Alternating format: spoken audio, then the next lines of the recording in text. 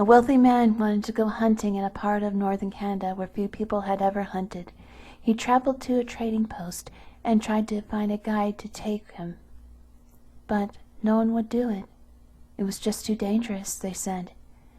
Finally, he found an Indian who needed money badly, and he agreed to take him.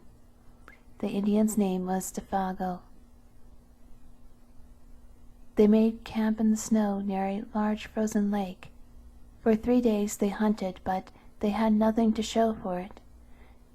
The third night, a windstorm came up. They lay in their tent, listening to the wind howling and the trees whipping back and forth. To see the storm better, the hunter opened the tent flap. What he saw startled him. There wasn't a breath of air stirring, and the trees were standing perfectly still, yet he could hear the wind howling. And the more he listened, the more it sounded as if it were calling Defago's name. Defago. Defago. It called out. I must be losing my mind. The hunter thought, but Defago had gotten out of his sleeping bag. He was huddled in a corner of the tent, his head buried in his arms. What's this all about? The hunter asked. It's nothing, Defago said. But the wind continued to call to him, and Defago became more tense and more restless. Defago. It called out. Defago. Suddenly he jumped to his feet and began to run from the tent, but the hunter grabbed him and wrestled him to the ground. You can't leave me out here, the hunter shouted. Then the wind called again, and Defago broke loose and ran into the darkness. The hunter could hear him screaming as he went. Again and again he cried, Oh, my fiery feet, my burning feet of fire!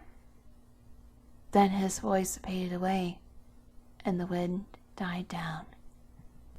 At daybreak, the hunter followed Defago's tracks in the snow. They went through the woods down towards the lake, then out onto the ice. But soon he noticed something strange. The steps Defago had taken got longer and longer.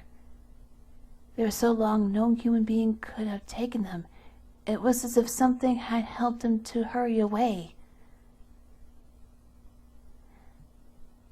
The hunter followed the tracks out to the middle of the lake, but there they disappeared. At first he thought that Defago had fallen through the ice, but there wasn't any hole. Then he thought that something had pulled him off the ice into the sky. But that made no sense. As he stood wondering what had happened, the wind picked up again. Soon it was howling as if it had the night before. Then he heard Defago's voice. It was coming up from again, and he heard Defago screaming. My fiery feet! My burning feet! But there was nothing to be seen. Now the hunter wanted to leave that place as fast as he could. He went back to camp and packed. Then he left some food for Defago, and he started out. Weeks later, he reached civilization. The following year, he went back to that area again. He went to the same trading post to look for the guide. The people there could not explain what had happened to Defago that night, but they had not seen him since then. Maybe it was the Wendigo, one of them said, and he laughed. It's supposed to come with the wind. It drags you along and with great speed until your feet are burned away, and more of you than that. Then it carries you into the sky and it drops you. It's just a crazy story, but that's what some of the Indians say. A few days later, the hunter was at the trading post again.